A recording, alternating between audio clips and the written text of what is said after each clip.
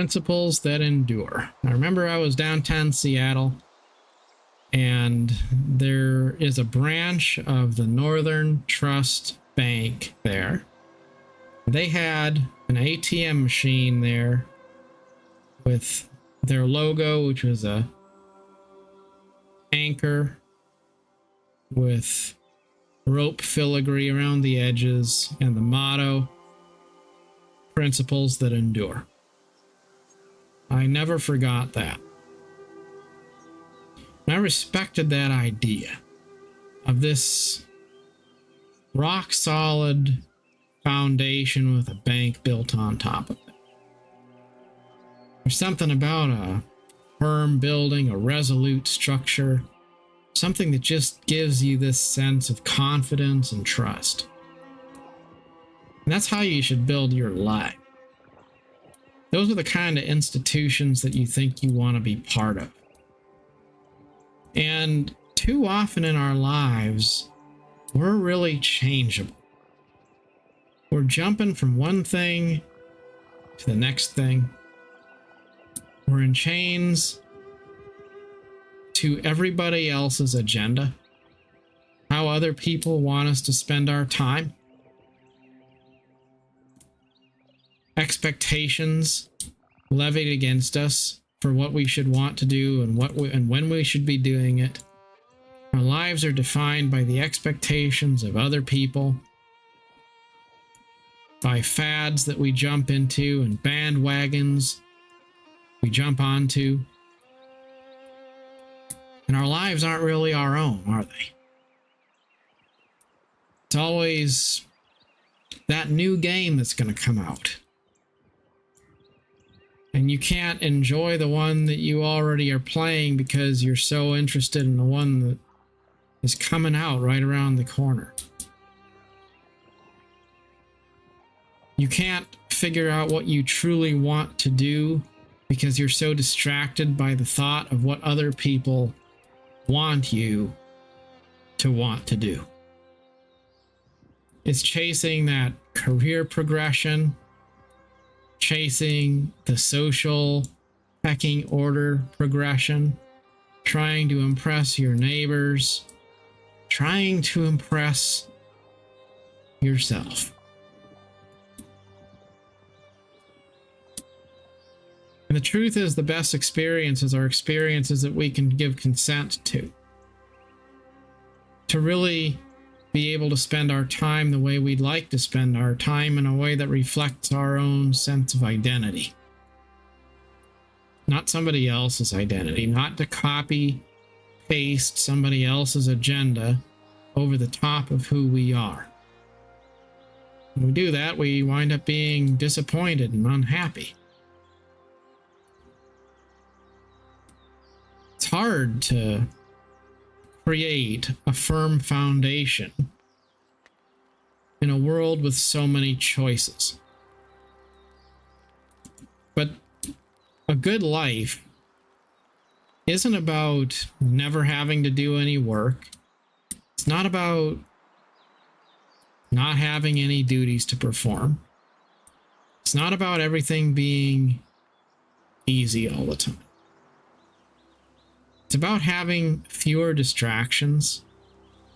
It's about not being sucked into gimmicks which aren't healthy or which don't respect us. It's about being able to pick something and say, this is what I'm doing. And I'm not going to waffle back and forth and change it up 100 times. I'm going to just pick something. I'm going to do it. And we really struggle to just commit to something and to make it part of our personal brand, to the point where we can start to reap the benefits which consistency brings. When you have something that you just know is part of your life, then you don't have to think about whether you're going to do it or not do it. You don't think about whether it's good enough. You're just present in it. It's like when I go out for a walk around my neighborhood, and I do it every day. It's not about whether it's a good enough experience. It's not about whether there's a better place I could be walking. It's not about picking the perfect time. It's just something I do. It gives me a sense of consistency and routine, and it's good for my body and my mind. When we have things in our life that are consistent, whether it's a game you play or a job you do, those are good for your mental health. When you choose to do them, not because somebody else wants you to, but because you truly see value in those things, and you're doing them because you take pride in it enough to not constantly be changing, constantly be looking to see if there's something better for you to be doing. And I think that that's really what we want. We think about all the things that bother us. We think about all the questions we have in life.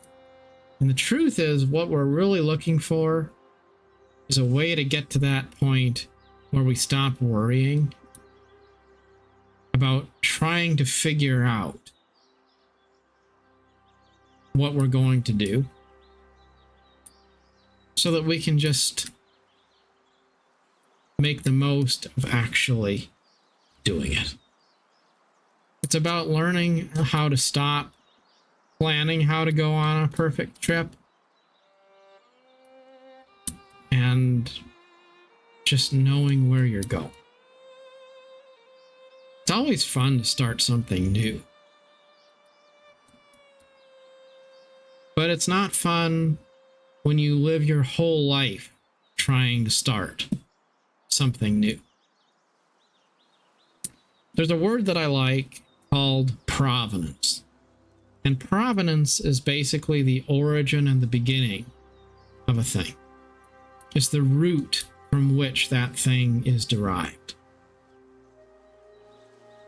In a sense, it's related to the concepts of tradition and legacy and principles that endure.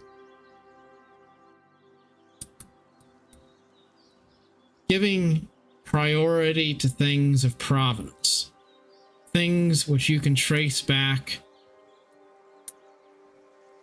to an origin that has meaning and significance.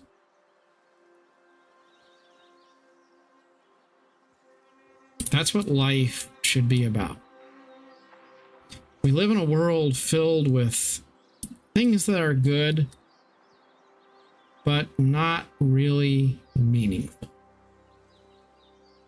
It's like if you went to the Ross and you bought a bunch of those little things they have in the furniture department that look cool for your home decoration. And you put those out all over the place. But you know it's just generic decorations that came from a discount store. It's not the same as something curated, something with tradition behind it. Our lives should be things of tradition.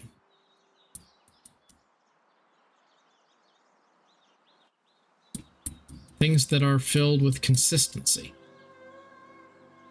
Which isn't to say that we can't sometimes change course when we need to. But we should generally be able to live our lives without having to question who we are on a minute-by-minute basis. The more you can let go of doubt, the more peace you will have in your life. Whether that's to not worry about what your career choices will be in the future and instead focus on doing a good job today. Or maybe it's to have a few good games that you play instead of always being distracted by some debate about what's best or what the next new thing is going to be.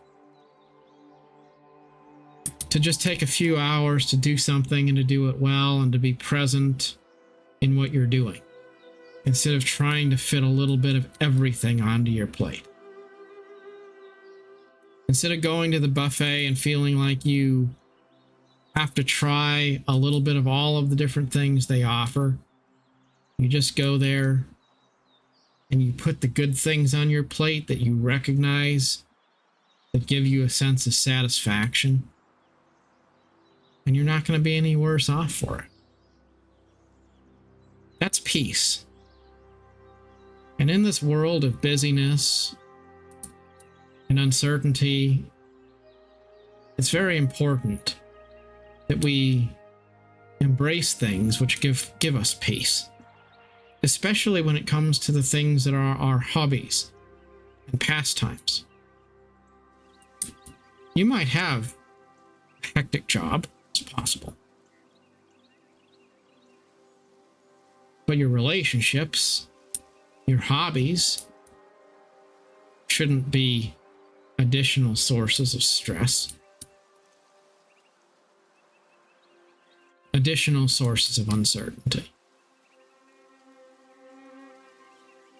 Build your life like that firm, solid banking institution. Build it on principles that endure, so that what you did yesterday is probably going to be what you do today. It's probably going to be what you do tomorrow. And as times change, evolve with them. But evolve like a great tree that grows slowly larger.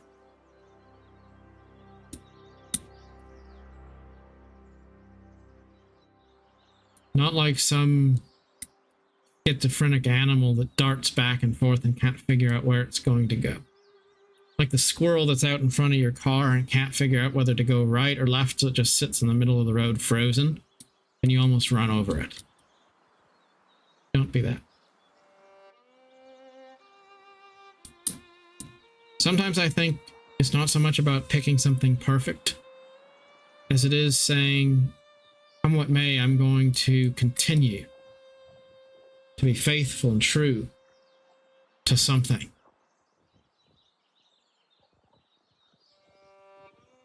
I'm not going to throw everything out and start fresh every single day.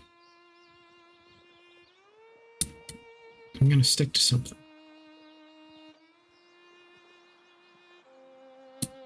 That's meaningful.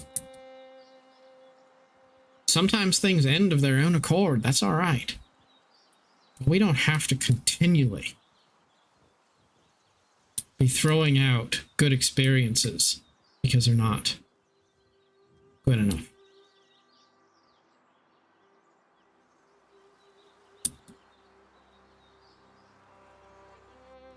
I think that's one of the problems of our time.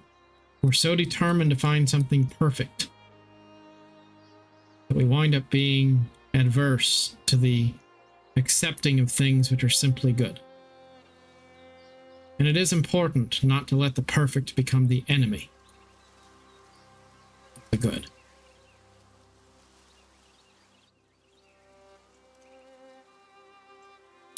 So I'll close with this thought. You may not be able to be strong, but you can be free.